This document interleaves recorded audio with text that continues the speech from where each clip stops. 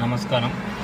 Turkayamjal municipality ప్రజలకు నా విజ్ఞప్తి.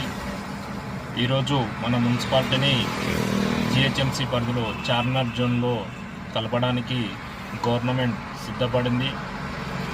ఇది నేను తీవ్రంగా వ్యతిరేకిస్తున్నాను.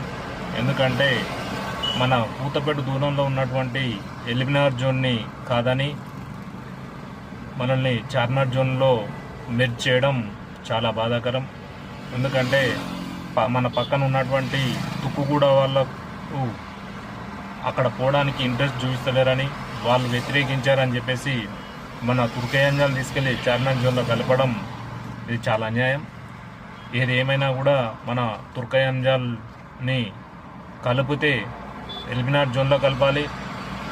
లేని పక్షాన మన తుర్కయంజాల్ని ఒక జోన్లా ఏర్పాటు చేసి ఇప్పుడు నూతనంగా ఏవైతే మెర్జ్ అవుతున్నాయో మున్సిపాలిటీలే కానీ కార్పొరేషన్లే కానీ వీటన్నిటికి కలిపి ఒక జోన్లాగా మన తుర్కయంజాల్ని ఏర్పాటు చేస్తే బాగుంటుందన్న ఒక అభిప్రాయం.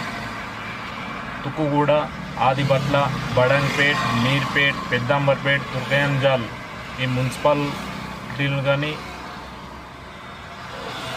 నగర పంచాయతీలను కానీ కలిపి ఒక జోన్లాగా ఏర్పాటు చేసి మన తుర్కయంజాల్కు అందుకు అన్ని అర్హతలు ఉన్నాయని కూడా నేను భావిస్తున్నాను.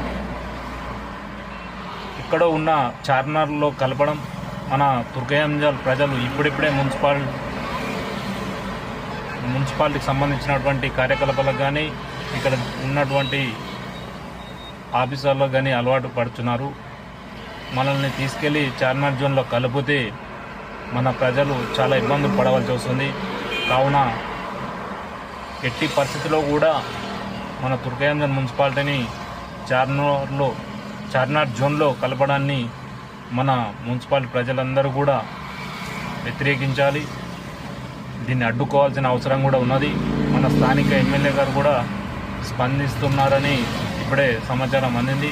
కావున ప్రతి ఒక్కరు కూడా మన వంతు బాధ్యతగా మనం చార్మినార్ జోన్లకు పోకుండా కుదిరితే ఎల్బీనగర్ జోన్లో లేని పక్షాన వీలైనంత వరకు మన తుర్కయంజాల్ని ఒక జోన్లాగా ఏర్పాటు చేసి మన తుర్కయంజాల్ డెవలప్మెంట్కి అందరూ కూడా సహకరించాలని, నాయకులు కూడా దీని గురించి పోరాడతారని నేను ఆశిస్తున్నాను.